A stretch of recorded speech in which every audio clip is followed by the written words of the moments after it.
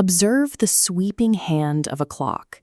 Every second it ticks forward represents unallocated capital, what most label free time. In the hands of a strategist, this time is weaponized. We use the weapon to convert spare hours into market dominance. Consider a young man driving a Mercedes-Benz through an undeveloped rural village. He purchased the vehicle by identifying and selling an obscure, overlooked village commodity, rather than relying on tech equity or generational wealth. He identified a geographic mismatch. High-value products sat in abundance in rural farms, entirely ignored. He used his time to broker direct deals with those farmers, transporting the goods straight into the largest supermarkets in major cities. His success follows a strict economic theorem. For a skill or product to generate extreme wealth, it must be highly needed and exceptionally scarce at the same time. That luxury car is the mathematical output of finding a geographic market inefficiency and ruthlessly exploiting it. Most professionals fail this test. Their baseline skills are highly needed, but incredibly common, leaving them trapped in a low-margin bracket. When trapped there, the solution is engineering scarcity. You must manufacture it through a process known as the right work. The right work consists of 5 deliberate vectors. The primary capital required to execute them is your unallocated time. We will now deconstruct each of these 5 homework phases to show how baseline offerings are transformed into monopolies. Participants who lack natural scarcity must build it manually or accept their fate as a replaceable commodity. The first phase is skill garnishing. This involves taking a saturated baseline skill and stacking an unrelated rare trait on top of it. Take the traditional Quran tutor. Families need them, but the supply is massive. Because they are everywhere, they are interchangeable, and many struggle to earn a living. One tutor leveraged a native British accent to solve a specific problem for wealthy UK-based diaspora families. He removed himself from the local competition pool and became the exclusive, high-ticket choice for clients abroad. Another tutor invested his free time into mastering childhood motivation and the psychology of praise. He focused on the art of relating to children effectively. His investment moved beyond the text. He mastered the psychology of child interaction, making him indispensable to the families he served. When they needed Arabic and math lessons, they hired him for those as well, further expanding his revenue. Stacking a specialized communication or psychological skill onto a basic service turns a replaceable commodity into an indispensable monopoly.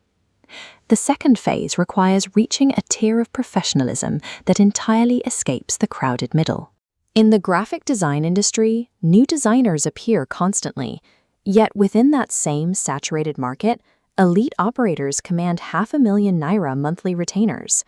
While the average designer scrolls social media, the elite operator systematically studies market leaders, perfects soft skills, and connects with mentors. We see the same paradox in tailoring. There are dozens of tailors on almost every street corner. The supply is nearly infinite. One specific tailor rejected the standard of sewing for the masses. He spent years obsessively decoding the garments of political elites and senators. Now, a single piece from his shop commands over 100,000 naira. Relentless repetition and an uncompromising demand for mastery serve as an unbreachable moat, effectively neutralizing standard competition. The third phase is geographic arbitrage. Scarcity is a variable of location. The most critical question in valuation is often where. In dense markets like the one underneath this bridge, sellers push local plants like moringa. The supply is endless and the margins are thin. One operator used his free time to gather international contacts. He exported the local weed to foreign ecosystems where it was highly sought after, building a fortune from a common local plant. This pattern exists across agriculture. Oranges rot in local villages while commercial juice companies look for steady suppliers. The only barrier is logistics and the willingness to bridge the gap. On a hyper-local scale, one woman earns 20,000 naira a day selling puff puff. She achieved this by relocating a universally loved item inside a closed, competition-free ecosystem, a military barracks. Altering the physical coordinates of a baseline product often yields higher returns than iterating on the product itself. The fourth phase is visibility. Elite mastery remains economically stagnant if the market remains unaware of it. Before he was established, the high-end tailor tried to launch a masterclass. Because his brand was invisible, the market mocked his price point. He corrected this by studying viral marketing mechanics. He launched a high-stakes giveaway campaign that forced mass sharing, effectively buying the spotlight for his work. The meticulous craftsmanship from Phase 2 only converted into revenue once it had the engineered visibility of Phase 4. These two vectors are codependent. Effective marketing acts as the structural mechanism required to convert raw mastery into liquid capital. The final phase is manufactured demand. Strategists do not wait for market trends. They invent the psychological need for their offerings. Consider idea. To the modern public, this ancient textile often faces mass-market apathy.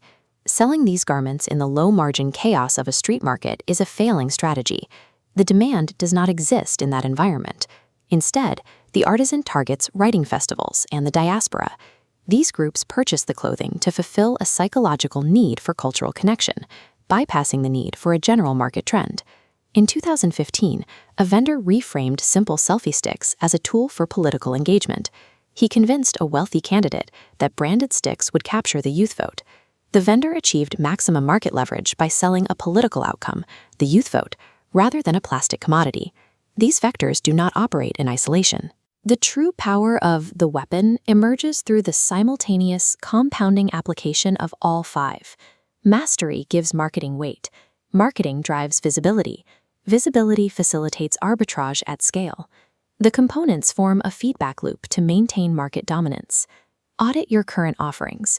If they do not fuse an extreme need with engineered scarcity, you are operating without leverage.